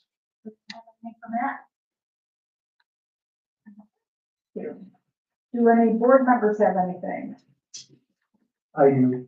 Okay, Had a lot of people ask me about the videoing, and, just so that everybody's aware of it. They are video live streaming. My, board is not doing that. It is done by Diana and Janice. So just be aware that they can do it, and they can do it. And so if you're asking, you're commenting in the back or this or that, that it get picked up, if you don't want it on, don't say it. And but just so that you're aware, because a lot of people have asked me about it, and it is happening. That's all I have. okay. Does anyone else have anything? I just wanted to follow up a couple things on the meeting that we had on Friday. And I just wanted to clarify a little bit. I know we talked about putting together a focus group, for different things in the fire department. So I just wanted to, if I'm gonna be part of the focus group, which I volunteered to do so, I just want it understood that I have no preconceived outcome of this focus. So, I will definitely be looking to maintain services, but how those services are gonna be provided and by whom are not gonna be, I don't have the preconceived idea of what that's gonna be. That's, in my opinion, that's the purpose of the focus group. So I just wanted to add that. The other thing was, so I thought about it a lot weekend, and I was wondering, how we could make the best use out of this focus group and the best people that might be, that we might utilize in this group. And I would like to invite members or representatives from the 3 towns to participate. I don't know if you would be interested or not, but I would love to send an invitation. I think it would open up a dialogue that's long overdue. And I'm not sure how the rest of the board feels about it. The other thing is that I'm hoping that tomorrow, I know we're having a quarterly budget meeting, and so I'm hoping that we can get another idea of what the fire department overtime is gonna look like, the effect on our budget as a whole. I mean, I understand we have months to go, and, we could very easily make up what we're over. I totally understand that, but I just hope it's part of the discussion tomorrow, so. This That's it. This isn't an objection, it's a clarification. I think either answer or maybe both would be fine. But when you said, representation from the towns, did you mean from their fire protection or from their boards? Well, I think that to start with, it's not a bad idea to get the boards, and then if, I think at some point, it might not hurt to get, the fire departments as well. I don't know. I mean, I'm just I wanna start somewhere. I think we need to move beyond, just us having the discussion. I think we need more people's input, involved. I agree. I was thinking the same thing. I think the board's right now to include at least some member of each board to contribute. I was thinking the same thing. I agree with that. Bridgeway shall be Andy. Sure. Certainly ask them if the rest of the board has no objection. So for me, I think it's a good idea. The only issue I could potentially see is the more people you add, the harder it is to get everyone together. So hopefully you'll be able to work something out. That was my next thing was, sooner than later. I think we said later, we should do it sooner, as soon as possible, set some dates and especially the first one, and who makes it, who don't, who don't. And then there'll be a second one. Makes it, who don't. But you're not gonna be able to, you have that many people come to the table, obviously, there's gonna be some conflicts. Everybody's not gonna, I believe that just because they don't come, that they're not able to make it, we just keep canceling it, just put the meeting on who comes. We can gather as much information that we possibly can to try to move forward instead of making this a year or 2 year thing here. Start getting some information, hear what it is, if any, not everybody's gonna, I get it, if you have more people you invite, it's the harder it is to schedule. Some people will be able to come. There is a app that you can, something that you can send out to people to get, you pose like 4 dates and then they say which dates are good for them and then it will set up a meeting for you. We could use that, but I think we first need to reach out to Richard Shelby and Gates to see if they would have a representative who would be interested in sitting in on these meetings. So. I agree.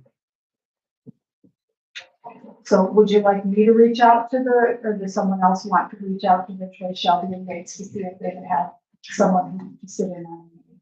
Sure. Okay.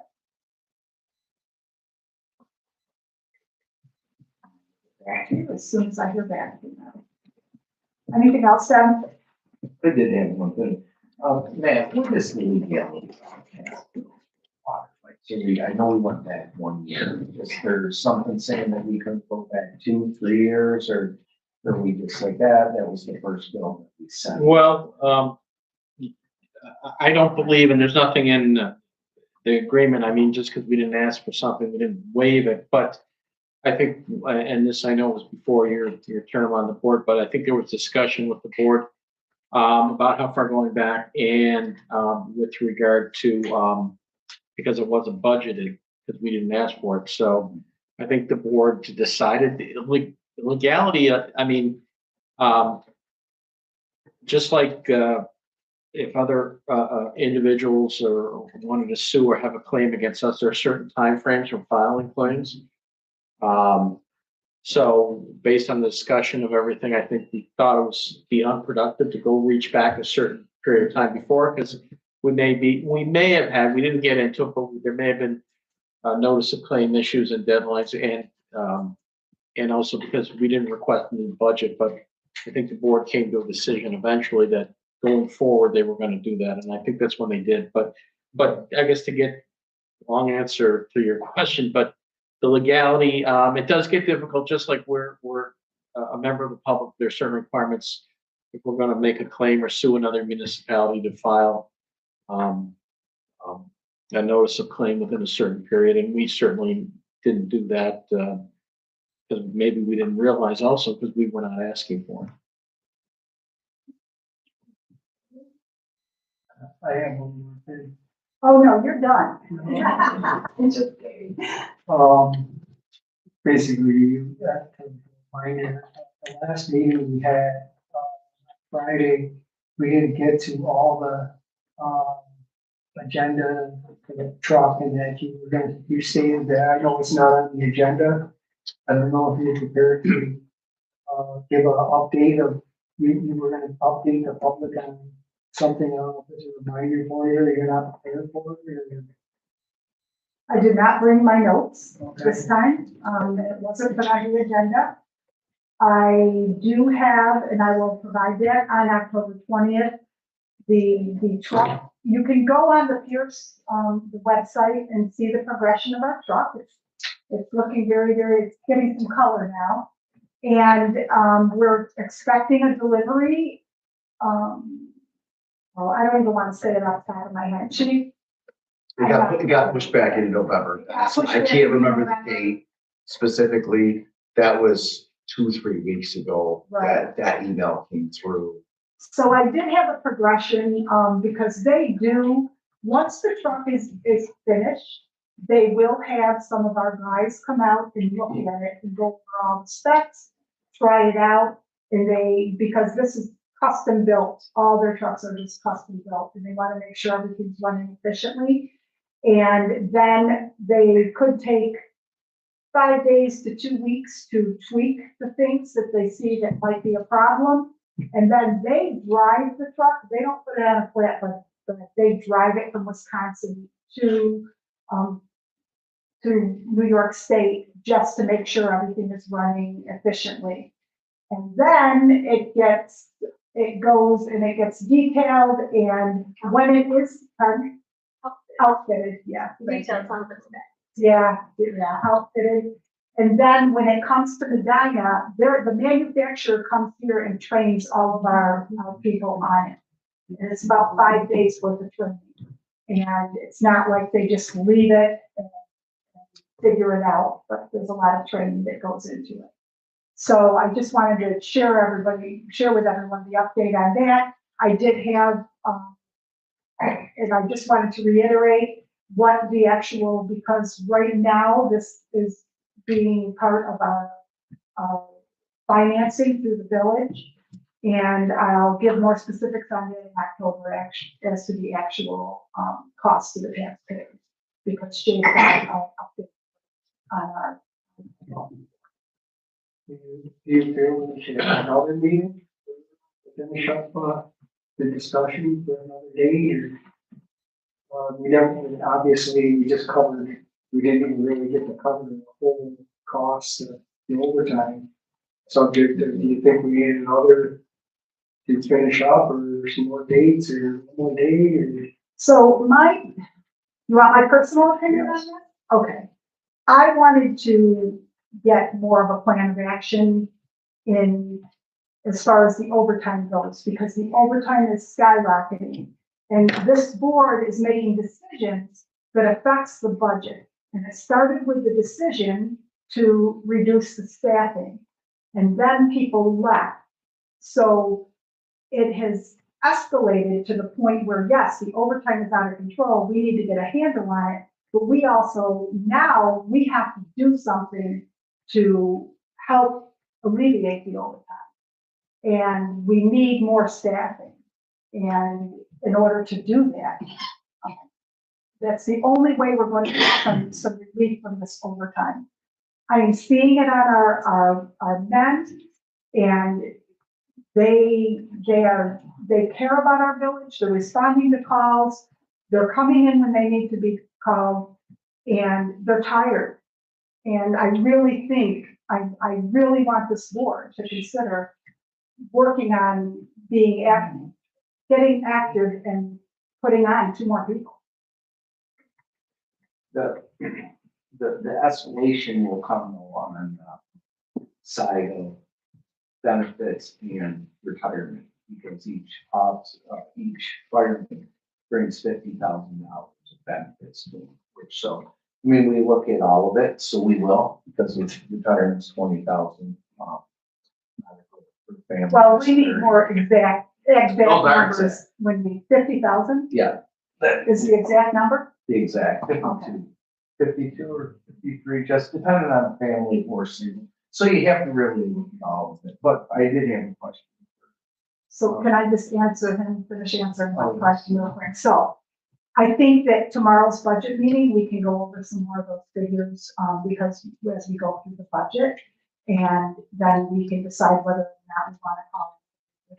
I think that's a big point, Mark, because we really did not get a whole lot accomplished. We did. And this is very, very serious, and we are the ones who are making decisions to try to maintain the services and the level of services without exhausting our guys or breaking our village because of all the overtime. But he has a good point. So we'll do some figuring because we've had some people leave who were up on the salary scale. And then we hired new people. So there's going to be some balancing out because we only have a staff of 16 or 15 right now, then that some of those figures that Mark is quoting is going to come off of Scott is quoting is going to balance that overtime a little bit, which we discussed in the budget meeting when this board had decided to reduce the staff. So go ahead, sorry. Oh, I'm sorry. That's my personal opinion. Just a question for you, Chief. The 5 days of training, does that come during their, so will they just be here for 5 days and then we'll train them on the new ladder truck for just 5 days, Monday through Friday? Will we be bringing staffing in at overtime for that, or will they be, to blend in with our 4 platoons to, cover when they're going to be here? I'm sure it's gonna be around a clock on the platoon, so we can do it very specific days. It's too early yet to figure out. I don't know what their training plan is. I don't even know if it will be in service after that, because there's so much in-house training that we'll have to continue. We're just not gonna take this vehicle out after, you had a 2-hour training period over a period of 5 days and just give you the, keys. So, yeah, it's too early on that yet. I need some more information. Still think something else to consider, we need to cover is specifically on the truck, not just how we're gonna pay for it, is where we're gonna put it. I think we need to have that conversation with the public. Where I'm at, that's why basically I'm asking if we're gonna need another date. So that we got enough notice to Jamie to get out for another date. We really need to know where we're gonna put this truck. There's a lot of rumors and this and that. I think that needs to come out on the table too. The discussion of what we're gonna do with this truck, where we're gonna house this truck. Obviously, we're not gonna be able to build anything, or so. Don't want to be showing up, truck shows up, and there we are. There's no plan. Obviously, it's going to be cold when that comes. So that's what my concern was, is if we're going to need another meeting to discuss that as a group. If you can have a plan for that already. So I have been in That's basically what I discussions. was looking. So I have been in discussions with someone, to potentially house the truck. I do not want to disclose that right now because, there was no, a leasing price given to me yet. And there are other people interested in the place also, so I do not want to disclose that out in public. And then I have another, we do have one other potential place for it, but, Can you just clarify if these are inside or outside the village, and if outside, how far? inside, Both inside? yes. Okay. Yes. So obviously, the other place, is going to be our own DPW department, where we're going to have to remove the sewer truck. And, because it's going to be a heated area, and So doesn't sewer truck. so that's a sewer truck. So we could move the sewer truck off site somewhere if we had to, if we could find a place for that. We are going to have to find a place for the sewer truck. But you lose your security and people are going in and out of the area where the ladder truck will be housed if it goes to the DPW, because they use that for for DPW operations. So it won't be as secure. And I'm hoping that we can find another place, where it'll be secure and locked, and only some people will have keys to get it out. But there's two places in the works, I mean, on the table, not to say there won't be more, but we do need to think about it. And if we are going to build an addition, there's a lot of work that has to be done beforehand to put that into motion, and that's what I want to talk to the board about, as to actually what needs to be done, but I can put that in an email also, so that you can process it, and then we can move on it and talk about it. Would that be better? And, especially if we're looking at the DPW, looked at the space and things like that. Things would have to be shifted around. I think we can get, we can get it in there. I really do. I think we can get it in there and get the sewer truck in there also. That, we have to shift some stuff around and, which, another bear, I know Jason, he's already shaking his head at me, but, wish he was here tonight. But that's why I was asking. I think we answered it.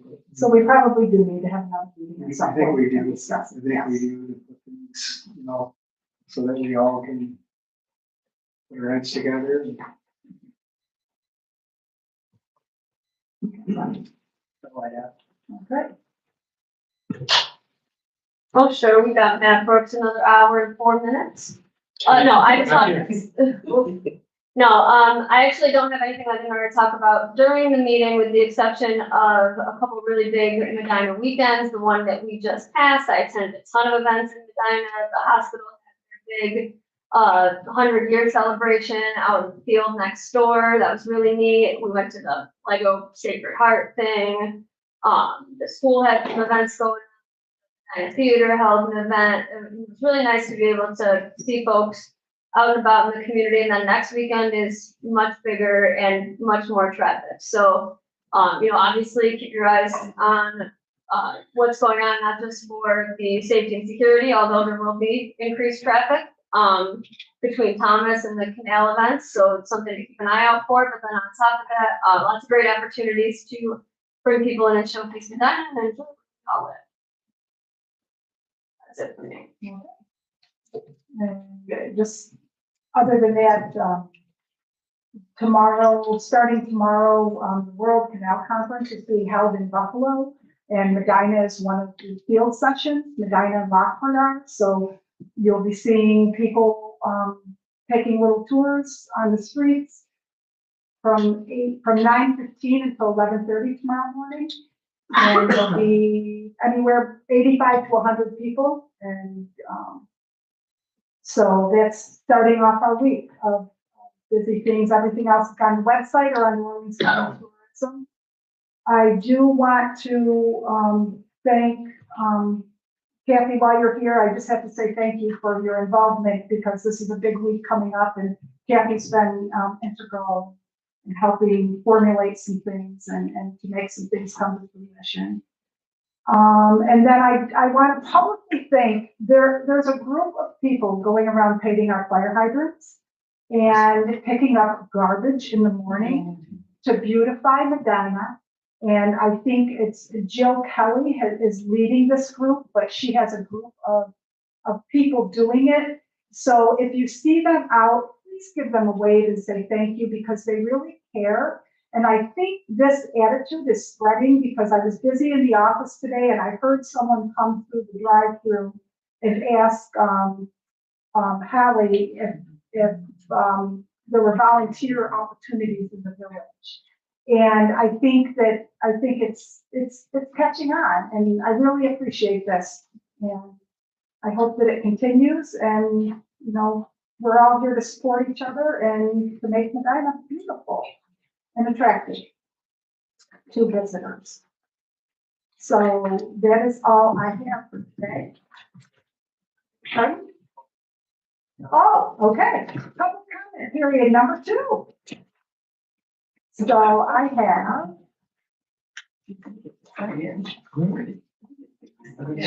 Okay, once again, reminder, everybody, it's 5 minutes and Carol, Kalina, you are up. Okay, I want to begin by introducing myself. I was born here.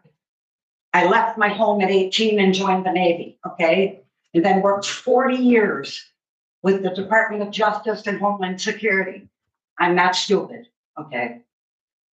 Mark is my brother. And people, when I have things to say, I've made it perfectly clear that my opinions are mine and mine alone. So there should be no comments to him about things I have to say. The village has a problem with that. Okay, I just want to be clear, okay? The way I perceive things here with Diana, I don't know enough about Diana, but Diana to me is like the 5th board member, okay? Is she privy to more knowledge than I am? Well, I'm just telling you, this is how I see it, okay? It looks like the 2 of you are going back and forth, back and forth, back and forth, okay? I'm not making any accusations, but that's the way I see it. We Okay. can add 10 seconds to your time to clarify. All my conversations with Diana have been outside of board meetings, but I do have plenty of conversations with Diana. She's not aware of anything that is village business that is not available to public. Okay. And I prefer, and I'll add 10 seconds on to you too. So Diana and I sat on the, when the water, no, I didn't, and the ambulance. And we worked together when she was a board member. So that's why I was clarifying, because she kept a lot of the documents. And I clarified with Not her. village documents, her notes. Her notes, yes. But you see how we perceive that. Right. And, Okay. and that was the only reason. And the same when we call out people who are sitting here, like Kathy, sometimes I need her to answer something. So Shouldn't have to teach me about computers, yes. still embarrassed.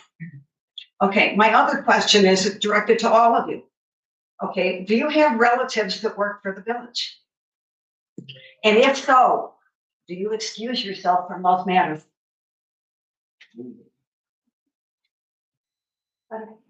I mean, I don't mind answering. I don't have any relatives who work. Well, I don't think any of us have to answer directly. No, sure, I don't mind. I'm just making a comment. Yes. I Okay. mean, it is our policy, it's the law. The other thing is I'm very hard of hearing. Okay, I have hearing aids. Even with hearing aids, I can't hear.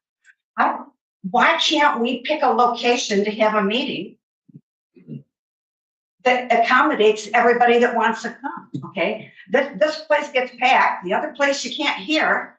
I mean, we pay for a school. Why not have it at the school, a library, whatever?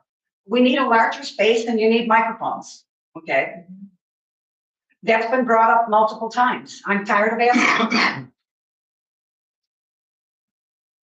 Thank you. Thank you. And we are looking for another location. Brian Hellman, who's left, right? Okay. Mary Hare. Well, I wish I could go last. That's what I like to do. You are last. I do have a question based on the lady behind me. If anybody up there has relatives that work for the village and they're voting on contracts, can that be ethical?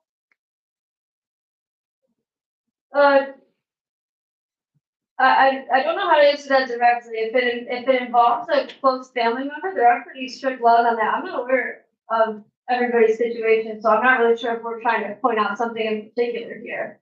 But if you have a direct benefit to, or if you could infer a direct benefit to working conditions of a relative, you ought to abstain from voting. Well, I've never seen anybody not abstain from vote at the school board. I remember that there was a man on the board and they were voting on a relative of his. I didn't even know it. He said, I've got to recuse myself. That's my niece.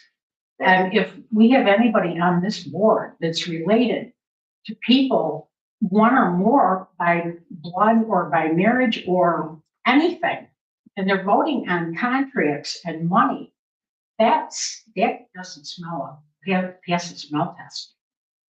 So I did get I just attended a meeting, a work, a conference, in Lake Placid.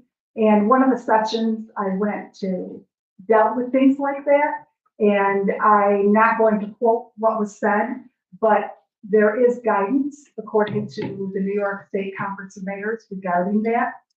And I can get some information to you regarding that. Definitely, and I can call Albany in the meantime. Absolutely. I mean, To the Board of Mayors and ask, because that's a gray area right there. And I think that just a moral obligation to divulge that information to the public so that we know. I think that's important because then we can watch how you vote. And if there's a theme here, that just adds to it. So thank you for that question. That's why I always like to go last. So this focus group, Debbie, is this going to be a closed focus group with different people from different areas without the public being able to attend regarding the focus group of the fire department? That you talked about? Correct. Because I think that we're paying the bills. We pay the bills. And the one meeting I went to, I left, I was pretty upset and I apologized for that. That was not like me, but I didn't know why I was there. We couldn't speak. I couldn't hear. I felt like we were watching a meeting that we weren't part of. And I apologize to the chief and the board, but I couldn't hear anything. And I became very frustrated when it said, the public is not allowed to speak. I'm just saying, I can't remember if that's exactly how it went. And I thought, no, we only pay the bills. We're the bill payers, but we can't speak. That was not a good way to put that. So will that focus group that you have, where you select these different people, will it be open to the public where we can comment how we feel about it? I don't think that was how it was set up. I think that, I think it was set up for, there was gonna be union members, the chief, we invited, Justin Niederhofer, the EMS coordinator, and Mark and myself will be on it, and then tonight I suggested the, some representative from the towns. I don't think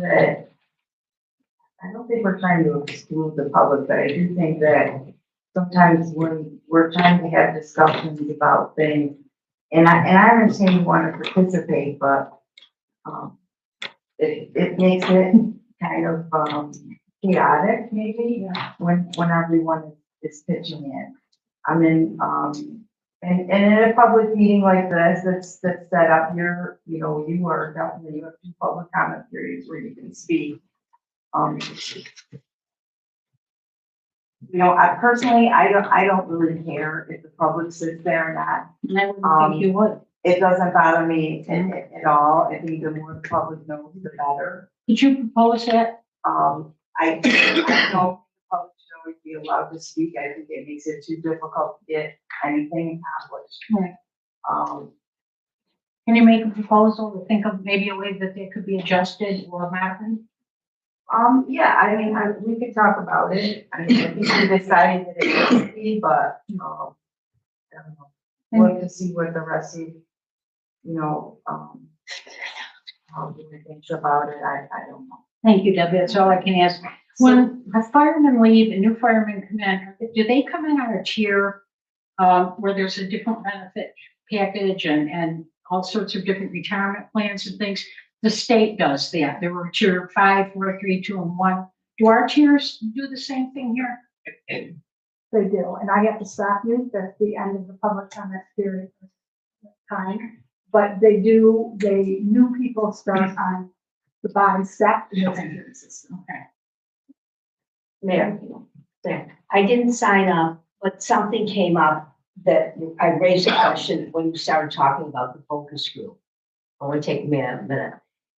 I have not heard a scope of this focus group. I think that it might be a good idea, 3 or 4 sentences to define what you're trying to achieve. That's all I'm asking. And I think most of us would appreciate that. I'm not asking what you're to be there, but that's, I think, should be done so that we have an idea. What are you trying to accomplish? And I appreciate that. Thank you very much. And next time I'll sign up whether I need to comment. No, you can. You know, I'm not trying to be, but it encouraged me as we were talking. That's the number one. What are you trying to accomplish? And I think you'll get maybe some of the other participants to come. That'll be my first question. Well, what are we going to do? Thank you. And just to clarify, I'm going to reach out to the supervisors of Ridgeway, Shelby, and Yates first, because they're the ones who sat when I was talking about the ambulance contract, so they're very familiar with it. And I did have the Yates supervisor reach out to me a month or two ago about coming to the meeting. So I'm going to reach out to them first, and if they do not want to come, they can appoint somebody to be on that committee. Okay. With that being said, they do need an motion to go into executive session to discuss employment matters related to promotion in the police department. Marciano? Second by Paderewski. All in favor? Opposed? Carried. Okay, we have Matt for 46 more minutes. We're gonna use every minute of it. Use every one of them. Thank you, everyone. Yeah. Yeah.